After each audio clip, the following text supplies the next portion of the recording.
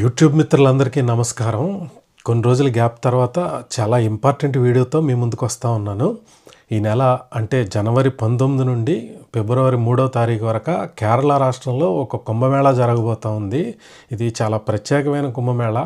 ఆ విశేషాలను మీతో పంచుకోవాలనే ఉద్దేశంతో ఈ వీడియో చేస్తున్నాను. Hi friends, welcome back to my channel Madan Reddy vlogs.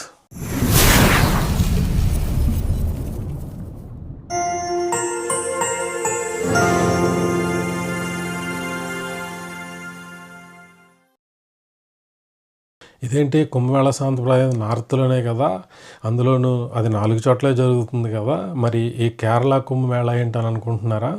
మన పూర్వీకులు ప్రవేశపెట్టిన అనేక సాంప్రదాయాలు చాలా వరకు కాలగర్భంలో కలిసిపోయాయి. అటువంటి వాటిలో ఒకటి ఈ కేరళ కుంభమేళా. దానిని పునర్నిర్మించే ప్రక్రియలో భాగంగానే ఈ కుంభమేళా జరుగుతూ ఉంది.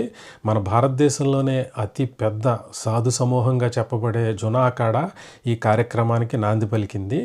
నార్త్ కుంభమేళా తరహాలోనే మన దక్షిణ భారతంలో కూడా ప్రతి 12 సంవత్సరాలకు ఒకసారి నిర్వహించే కార్యక్రమాలు ఉన్నాయి. అలాంటివే మన పుష్కరాలు కూడా. ఇవే కాకుండా తమిళనాడులో కుంభకోణంలో ఉన్నటువంటి మహామహం అనే కోనేరు ఉంది. అక్కడ ప్రతి 12 సంవత్సరాలకు ఒకసారి 12 రోజుల పాటు ఇట్లా కుంభమేళా జరిగే సాంప్రదాయం ఉంది. అలాగే కేరళలో కూడా 108 దివ్య దేశాల్లో ఒకటైనటువంటి 65వ దివ్య దేశమైనటువంటి తిరునవాయ అనే ఊరిలో నవముకుంద ఆలయం ఉంది. ఈ ఆలయాన్ని ఆనుకుని భరత్పుళ నది ప్రవహిస్తూ ఉంటుంది. అక్కడ మాఘమాసంలో ప్రతి 12 సంవత్సరాలకు ఒకసారి 12 రోజుల పాటు కుంభమేళా నిర్వహించేవారు పూర్వకాలంలో. కాలగమనంలో విదేశీ దండయాత్రల కారణంగా పరమతస్థులు ఈ ఆలయంపై అనేకసార్లు దాడి చేయడం వల్ల ఈ సాంప్రదాయం క్రమేపీ మరుగున పడిపోయింది. అటువంటి మరుగున పడిపోయిన సాంప్రదాయాన్ని పునర్నిర్మించే ప్రక్రియలో భాగంగానే జునా అఖాడాకు చెందినటువంటి మహామండలేశ్వరైనటువంటి స్వామి ఆనందవన్ భారతి గారు ఈ కార్యక్రమానికి నేతృత్వం వహిస్తూ ఉన్నారు. కేరళ అమ్మగా కీర్తించబడే మాతా అమృతానందమయ్యి ఈ కార్యక్రమంలో భాగస్వాములు అవుతున్నారు.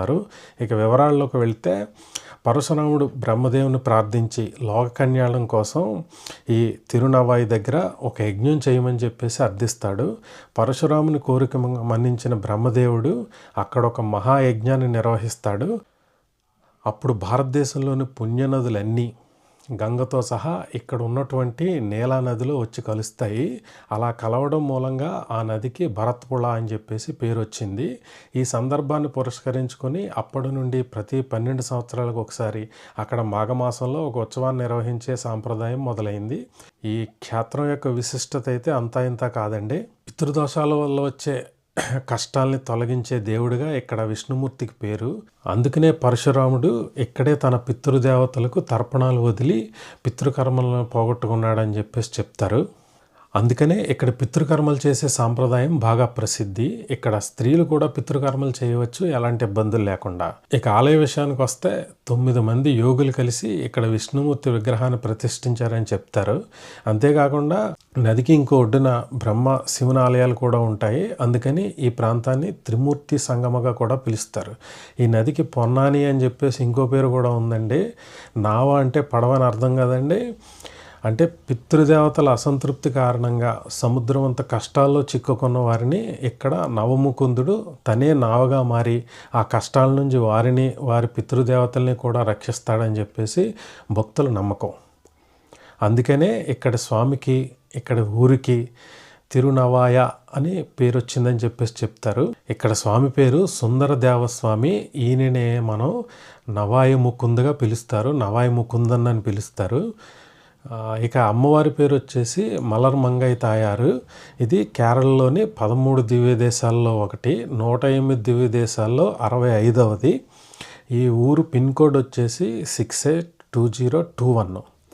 ఆధునిక కాలంలో ఈ ఆలయ విశేషాలు మనకి 8వ శతాబ్దం నుండి కనబడతాయి. అప్పటి కాలంలో మాఘమాసంలో ఇక్కడ జరిగే మామంగై అంటే ఇప్పుడు కుంభమేళా గురించి చెప్తున్నాం కదండి, ఆ ఉత్సవం.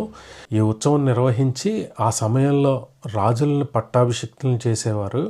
అంటే ఈ సాంప్రదాయాలు ఏదైనా రాజులను ఎవరైనా పట్టాభిషిక్తులు చేయాలంటే ఈ పుణ్యకాలంలోనే, అంటే ఈ కుంభమేళా నిర్వహించే కాలంలోనే చేసేవారు అనమాట అండి. అటువంటి సాంప్రదాయం ఒకటి చాలా తరాలుగా, అంటే 8వ శతాబ్దం నుంచి కొనసాగుతూ వచ్చింది.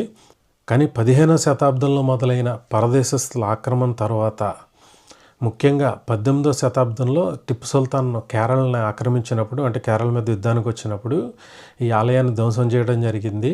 ఆ తర్వాత 1921లో జరిగిన మోప్లా అల్లర్ల కారణంగా కొంతమంది ముస్లిం మూక ఈ ఆలయాన్ని ధ్వంసం చేయడం జరిగింది. ఇలా ఈ ఆలయం అనేక సార్లు విదేశీ దండయాత్రల వల్ల, ఇక్కడ ఉన్నటువంటి ముస్లిం రాజుల వల్ల అనేక సార్లు ధ్వంసం కాబడి, అలా కాలగమనంలో అనేక సార్లు ఈ ఆలయం ధ్వంసం కాబడి మళ్ళీ పునర్నిర్మించడం జరిగింది.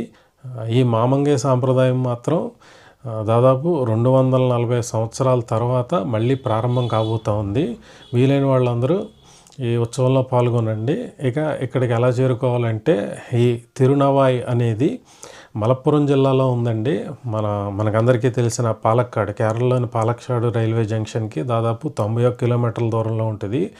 ఇంకా పాలక్కాడ్ తర్వాత వచ్చే అతిపెద్ద జంక్షన్ ఏదైతే ఉందో అది షారోనూర్ జంక్షన్. ఈ షారోనూర్ జంక్షన్కి దాదాపు 49 కిలోమీటర్ల దూరంలో ఉంది. ఈ షారోనూర్ జంక్షన్ నుంచి కోజికోడ్ వెళ్ళే రైల్వే లైన్ ఒకటి ఉందండి. ఆ రైల్వే లైన్లో ఉంటుంది. ఈ తిరునవాయిలో రైల్వే స్టేషన్ కూడా ఉందండి. కాకపోతే ప్యాసింజర్ రైలు మాత్రమే అక్కడ ఆగుతాయి. ఇక ఈ తిరునవాయి దాటిన తర్వాత, అంటే తిరునవాయికి ఒక 11 కిలోమీటర్ల దూరంలో మనకి తిరూరు అని చెప్పేసి ఒక ఊరు ఉంటుందండి. కొద్దిగా అది పెద్ద ఊరు. ఈ తిరూరు అనే ఊళ్ళో కొన్ని రైళ్ళు ఆగుతాయండి. అంటే మద్రాసు నుంచి కోజికోడ్ వెళ్ళే రైళ్ళు కొన్ని 3-4 రైళ్ళు ఉన్నాయండి. అవి అయితే ఆగుతాయి. ఈ తిరూరు అన్న రైల్వే స్టేషన్ నుంచి ఈ తిరునవాయి దాదాపు 11 కిలోమీటర్ల దూరంలో ఉంటుంది. అంతేకాకుండా మనకందరికీ తెలిసిన గురువాయూరు, ప్రసిద్ధ శ్రీకృష్ణ క్షేత్రమైన గురువాయూరుకి దాదాపు ఈ తిరునవాయి 49 కిలోమీటర్ల దూరంలో ఉంటుందండి. అంటే షారోనూర్ దాటిన తర్వాత త్రిశూర్ వస్తుంది. త్రిశూర్ని బేస్ చేసుకుని మనం గురువాయూరు దర్శిస్తాము. ఎవరైనా అంటే ఇక్కడికి వెళ్ళాలనుకున్న వాళ్ళు గురువాయూరు నుంచి 48 కిలోమీటర్ల దూరంలో ఉన్నటువంటి ఈ తిరునవాయి ఆలయానికి అయితే వెళ్ళొచ్చండి. ఇది రేపటి నుంచి, అంటే జనవరి 19 నుంచి ఫిబ్రవరి 3 వరకు జరిగే కేరళలోని ఒక కుంభమేళ, 240 సంవత్సరాల తర్వాత ప్రారంభమయ్యే ఒక కుంభమేళ సాంప్రదాయాన్ని ఎవరైనా దర్శించాలి అనుకుంటే వీలైన వాళ్ళందరూ వెళ్ళి దర్శించండి. ఎందుకంటే చాలా, అంటే ఇంతకుముందు చెప్పినట్టు చాలా ప్రసిద్ధమైన ఆలయం ఉండేది తిరునవాయి ఆలయం. కాకపోతే మనకందరికీ చాలా తక్కువ తెలుసు దీని గురించి. మీకు యూట్యూబ్లో కూడా చాలా తక్కువ ఇన్ఫర్మేషన్ ఉంటుందండి ఈ కేరళ కుంభమేళా గురించి, ఈ కుంభమేళా గురించి. దాని గురించి ఈ వీడియోని షేర్ చేయండి అందరికీ. ఇలా కుంభమేళా సాంప్రదాయాలు, ఇలా పుష్కరాలు స్నానాలు చేసే వాళ్ళందరికీ షేర్ చేయండి. వీడియో నచ్చితే లైక్ చేయండి, షేర్ చేయండి. ఇలాంటి మరిన్ని ఇన్ఫర్మేషన్ వీడియోల కోసం నా ఛానల్ని సబ్స్క్రైబ్ చేసుకోండి. Thank you all.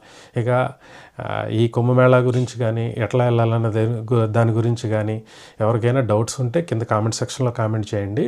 ఖచ్చితంగా రిప్లై ఇస్తాను. Thank you all.